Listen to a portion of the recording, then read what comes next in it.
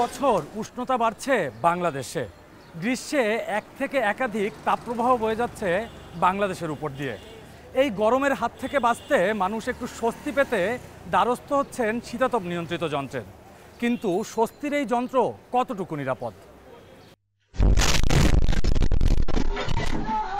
15 April রাতে হঠাৎ বিকট শব্দে কেঁপে ওঠে সাভারের গ্যান্ডা বাসস্ট্যান্ড এলাকাবাসী দেখেন আগুন জ্বলছে আদ্রিতা ফেব্রিক্স অ্যান্ড টেইলার্স নামের একটি দোকানে। ওই অগ্নিকাণ্ডে দগ্ধ হয়ে প্রাণ হারান একজন। ফায়ার সার্ভিস প্রাথমিকভাবে জানায় আগুনের সূত্রপাত শীতাতপ নিয়ন্ত্রণ যন্ত্র বা এসি থেকে। বাস্ট হওয়ার পরে তো আসে যে আওয়াজ, মানে এরকম আওয়াজই আমার বয়স শুনি নেই। এমন শব্দ হয়েছে মনে হয় একটা মিসাইল মারছে। যে দোকানদার উনি আর ওনার এক বন্ধু, আরও রাস্তার উপরে অনেক লোক ছিল, 4-5 জন মোটামুটি এমনও অবস্থা, খুব ভয়ঙ্করজনক অবস্থা আছে। এমন ঘটনার আরও সিসিটিভি ফুটেজ পাওয়া যায় ইন্টারনেটে। সুনির্দিষ্টভাবে এসির বিস্ফোরণ থেকে অগ্নিকাণ্ডে ঠিক কতজন আহত নিহত হয়েছেন তারা আলাদা কোনো হিসাব পাওয়া না গেলেও এ ধরনের খবর প্রায় শিরোনাম হয় গণমাধ্যমে। 2020 সালে এমন আগুনের ঘটনা ঘটে 32 বার, পরের বছর তা বেড়ে হয় 39। 2022 সালে এসিতে আগুনের ঘটনা ঘটে 48টি, আর 2023 সালে প্রায় দ্বিগুণ বেড়ে হয় 86। এবছরও ঘটছে এসি থেকে দুর্ঘটনা। গেল শুক্রবার ঢাকা শিশু হাসপাতালে এসির ত্রুটি থেকে লাগা আগুনে পুড়ে গেছে সেখানকার কার্ডিয়াক আইসিইউ ইউনিটের একাংশ।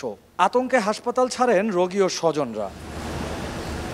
তবে থেমে নেই ক্রেতাদের এসি কেনা। বাসাবাড়ি, কর্মস্থল বা প্রতিষ্ঠানে শরীর শীতল রাখতে এখন এসি ভরসা। স্বাদ ও সাধ্যের সমন্বয় করতে গিয়ে ক্রেতারা ভিন্ন ব্র্যান্ডের পণ্য কিনছেন। তবে নিরাপত্তার বিষয়ে উদাসীন অনেকেই। বিক্রেতাদের দাবি, মানহীন এসি বিক্রি করেন না তারা। কন্ডেন্সার, তারপরে কপার পাইপ ওটা আছে কিনা, ইনডোর আউটডোরের মানে যে এলিমেন্টগুলো সেগুলো ভালো আছে কিনা, গ্যাস কোনটা দিচ্ছে, 32 আছে, 410 আছে। কিছু আছে লো কোয়ালিটির নন ব্র্যান্ড যেগুলি আসে, কোনো নাম টাম নাই, এগুলিতে কিছুটা হইতে পারে।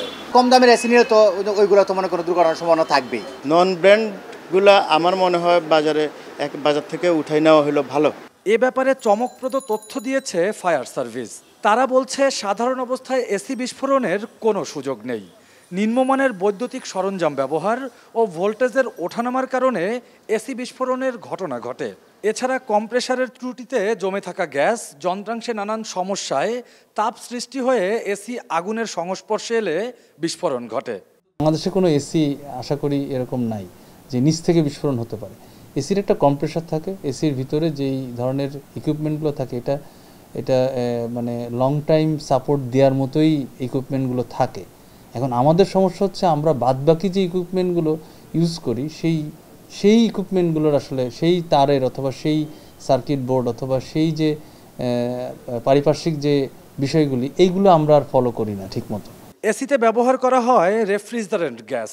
বুয়েটের যন্ত্রকৌশল বিভাগের অধ্যাপক বলেন, নিম্নমানের ও দাহ্য গ্যাস ব্যবহারের ফলে কম্প্রেসার লিকেজ হতে পারে। তাই যন্ত্র রক্ষণাবেক্ষণে ব্যবহারকারীদের আরও সচেতন হবার পরামর্শ তার।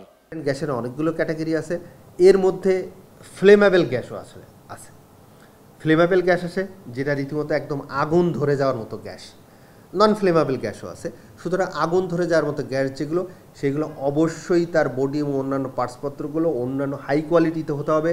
এগুলো স্ট্যান্ডার্ড অনুযায়ী চেক করে আসতে হবে যাতে কোনো অবস্থাতেই এটা লিক করার সুযোগ না পায়। এদিকে বিস্ফোরণের আগুনে দগ্ধ হয়ে অধিকাংশ রোগী পোড়া শ্বাসনালী নিয়ে ভর্তি হন Sheikh Hasina burn and plastic surgery ইনস্টিটিউটে। এমন রোগীদের মৃত্যু ঝুঁকি বেশি বলে জানান হাসপাতালের সহকারী পরিচালক। এই বিস্ফোরণ যখন আপনার আবদ্ধ জায়গায় ঘটে তখন যারা এই ধরনের অগ্নিকাণ্ডের শিকার হন তাদের সবচেয়ে বড় যেটা ইনজুরি সেটা হচ্ছে শ্বাসনালী পুড়ে যাওয়া। পরে যে ঝুঁকিগুলো আস্তে আস্তে তৈরি হয় সেই ঝুঁকিগুলোকে আসলে মোকাবেলা করা মাঝে মাঝে কঠিন হয়ে পড়ে। বৈশ্বিক উষ্ণতা এবং দেশের তাপমাত্রা বৃদ্ধির প্রেক্ষিতে শীতাতপ নিয়ন্ত্রণ যন্ত্রের ব্যবহার বাড়লেও তা যেন দুর্ঘটনার কারণ না হয় সেজন্য নিতে হবে বাড়তি সতর্কতা। একই সাথে নিম্নমানের যন্ত্র ও বৈদ্যুতিক সরঞ্জাম বিক্রি বন্ধে সরকারকে কঠোর পদক্ষেপ নেওয়ার আহ্বান বিশেষজ্ঞদের। রকিবুল রাহাত, এখন, ঢাকা। শিয়া বাটার, অ্যালোভেরা ও ভিটামিন ই সমৃদ্ধ লিলি বিউটি সোপ।